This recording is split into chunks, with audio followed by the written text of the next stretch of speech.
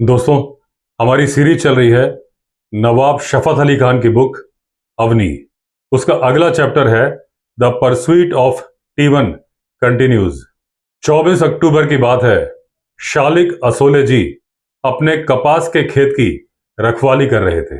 बलगार dam का जो back water था, कंपार्टमेंट नंबर 153 के पास, वहां पर उनका खेत था। एक लकड़ी का मचान उन्होंने बनाया हुआ था। उसकी ऊंचाई थी 12 फीट। उस मचान पर चढ़ने के लिए एक लैडर लगाई गई थी जो कि उस मचान से अटैच थी। मचान के ऊपर प्लास्टिक शीट की छत डाली गई थी ताकि ठंड और बारिश से बचाव हो सके। रात को 10:30 बजे मचान के नीचे हलचल हुई और जब झांक के देखा तो नीचे खड़ी थी अवनी और देख रही थी मचान के ऊपर अपने शिकार को। डर के मारे शालिक जी ने चिल्लाना शुरू किया, लेकिन वहां कोई नहीं था जो मदद करने आ सकता। और टाइग्रेस, जिसे मचान के ऊपर शिकार का आभास हो गया था, 1 घंटे बैठी रही। वो मचान के चारों तरफ चक्कर काट रही थी, रास्ता ढूंढ रही थी कि कैसे ऊपर जाया जाए और इंसान का शिकार किया जाए। शालिक जी का गला बैठ गया लगातार चिल्लाने से। अपने आप को अवनी से बचाने के लिए शालिक जी ने वो छोटी सी ओपनिंग जो प्लास्टिक शीट से बनाई गई थी उसको कवर कर लिया। उसमें आसपास के कुछ लकड़ी के टुकड़े लगा दिए थे, क्योंकि डूबते को तिनके का सहारा होता है और मरता क्या ना करता। जब जब वो उसके नीचे से झांक के देखते थे, टाइग्रेस गुर्रा के बताती थी कि बकरे की मां कब तक खैर मनाएगी। अवनी चारों तरफ तेजी से घूम रही थी।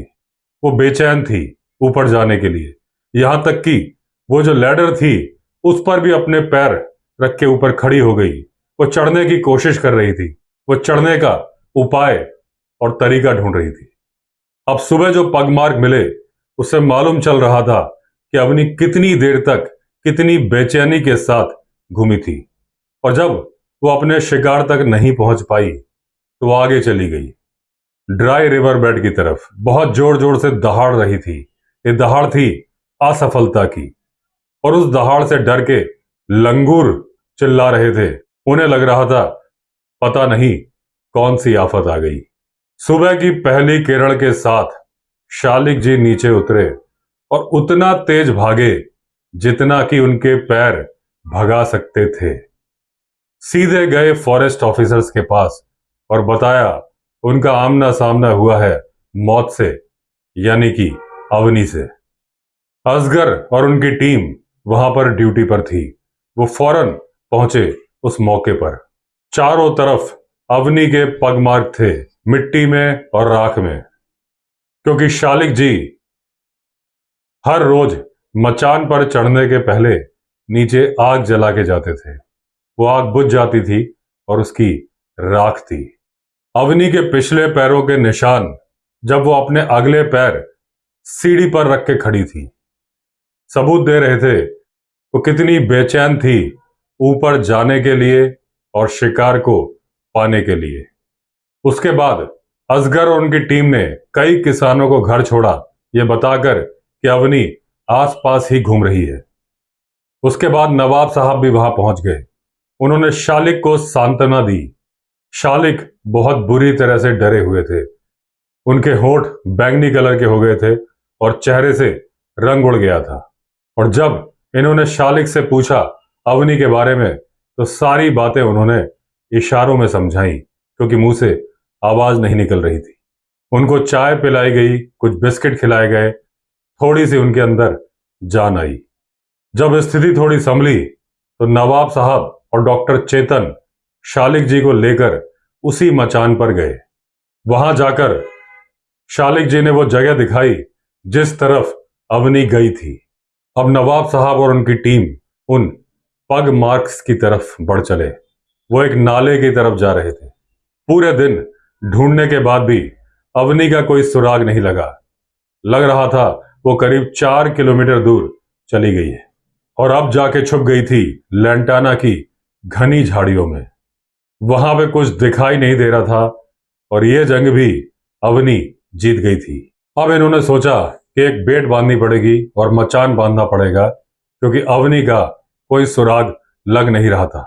आगे chief wildlife warden A.K. Mishra ji से नवाब साहब ने शालिक का एक्सपीरियंस बताया, तो चीफ वाइल्ड लाइफ वार्डन ने उस जगह पर विजिट किया और शालिक से बात की।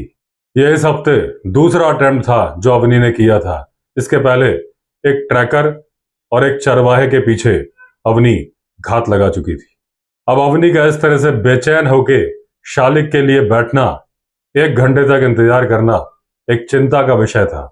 अब यह जाहिर हो चुका था, मां बनने के बाद भी अवनी के अंदर दूसरों के लिए कोई दया या ममता नहीं आई थी। अवनी के मन से इंसान के लिए पूरी तरह से डर खत्म हो चुका था और इस बात की संभावना बहुत ही मुश्किल लग रही थी कि अवनी को जिंदा पकड़ा जाएगा।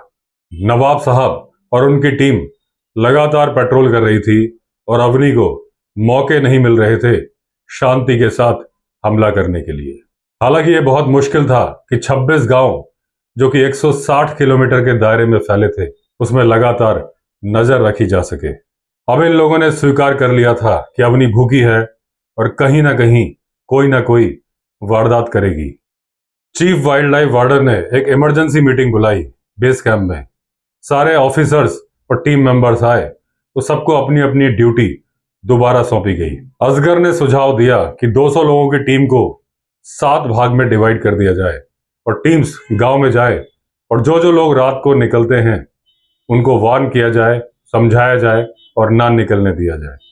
यह सुझाव मान लिया गया और टीम्स रवाना कर दी गई कि चरवाहे जंगल में जानवर लेके ना जाए, रात को लोग खेत में ना जाए और ऐसा कोई मौका ना दें कि अवनी को शिकार मिल जाए। इंतजाम किए गए सूखा भूसा भेजने के, ताकि गांव के पशु भोजन कर सके।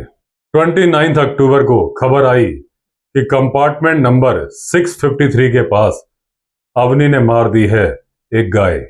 नवाब साहब स्पॉट पर पहुंचे असगर, लक्ष्मण और मुखबिर शेख के साथ। मुखबिर शेख एक अच्छी कदगाटी का फॉरेस्टर था जिसका निशाना बहुत पक्का था, डार्ट गन पर। यह मुखबिर शेख वही थे जिन्होंने अवनी को डार्ट कर दिया था, लेकिन दवाई प्रॉपरली इंजेक्ट नहीं हो पाई थी और अवनी बेहोश नहीं हुई थी। अब जो अवनी ने गाय मारी थी, यंग गाय थी और गर्दन की हड्डी तोड़ने के लिए कैनाइन दांत के निशान और एक पंजे का निशान, बस यही घाव थे जो अवनी ने उसे दिए थे। लेकिन अब वो बन चुकी थी एक लाश। नवाब साहब ने इंतजार करना बेहतर समझा कि इस गाय पर अवनी वापस आएगी और शायद अवनी अपने बच्चों को लाने गई थी। अब नवाब साहब और उनकी टीम 1 बजे के आसपास गाय के पास से चले गए और 4:30 बजे वापस आए। वहां कोई सूटेबल पेड़ नहीं था जिस पर मचान बनाया जा सके, तो 50 मीटर दूर एक पहाड़ी के पीछे उन लोगों ने बैठना उपयुक्त समझा। असगर और उनके साथ 3 ट्रैकर्स वहां से चले गए। उनको हिदायत दी गई थी कि जब भी रेडियो पर मैसेज दिया जाए आप फौरन आ जाना। अब रात का सन्नाटा छा गया था और गाय की लाश सफेद रंग की दूर से दिखाई दे रही थी। रात के 8:30 बजे थे और एक नील गाय की कॉल ने इनको समझा दिया कि अवनी की हरकत शुरू हो गई है। तभी इनके दाएं हाथ की तरफ सरसराहट की आवाज आई और ये अलर्ट हो गए। तभी देखा तो कुछ भारी भरकम सा निकला। लक्ष्मण एक तरफ झुक गए और मुखबिर शेख डर के मारे इनके पीछे आ गए। जल्दी से नवाब साहब ने अपनी राइफल की टॉर्च जलाई और देखा तो एक बड़े साइज का जंगली सुअर था जिसके कैनाइन दांत, जिसे टस्क भी बोलते हैं, चमक रहे थे। वो जंगली सुअर इनसे केवल 3 फीट की दूरी पर था। जंगली सुअर भी उतना ही चौंक गया था इन लोगों को देखकर जितना ये चौंके थे उसको देखकर। अचानक से जंगली सुअर ने अपना रुख पलटा और वहां से गायब हो गया। अब इन्होंने राहत की सांस ली कि इनका सामना मैन ईटर से नहीं हुआ था। ये फिर शांति के साथ और सतर्कता के साथ बैठ गए। रात के 10 बज गए। अब ये बुरी तरह से थके हुए थे और मॉस्किटो रेपेलेंट लगाया था, लेकिन वो काम नहीं कर रहा था। मच्छर अपना काम बखूबी कर रहे थे। अब रात को 10:30 बजे रेडियो पर मैसेज किया नवाब साहब ने असगर को कि जिप्सी लेके आ जाओ। असगर, जो कि 2 किलोमीटर की रेंज में थे जहां तक रेडियो काम करता है, वो जिप्सी लेके आ गए और सारे लोग बेस कैंप चले गए। कुछ दिन बाद बिहार के चीफ वाइल्ड लाइफ वार्डन ने नवाब साहब को बुलाया और ये एक इंपॉर्टेंट मीटिंग अटेंड करने के लिए चले गए बिहार 2 नवंबर को। उस मीटिंग को हेड कर रहे थे बिहार के मुख्यमंत्री। अब बिहार वाइल्ड लाइफ के स्टेट बोर्ड मेंबर होने के नाते नवाब साहब ने कई वर्कशॉप और ट्रेनिंग कंडक्ट की थी आईएफएस ऑफिसर्स के लिए।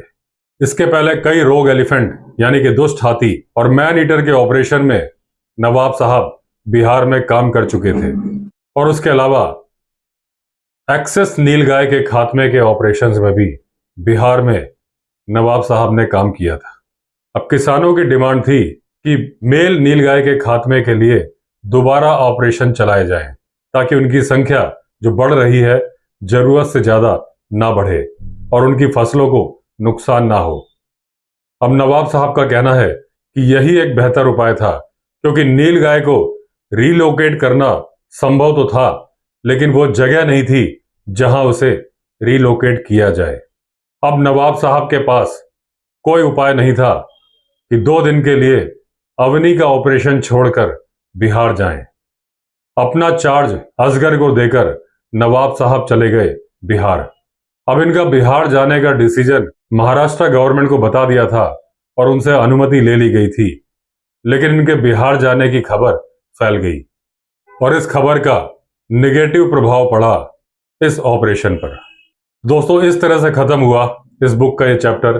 अगले एपिसोड में कवर करेंगे शैडो कैट और डेथ ऑफ अवनी। तो दोस्तों, अगर आपने चैनल सब्सक्राइब नहीं किया है तो चैनल सब्सक्राइब कर लीजिए।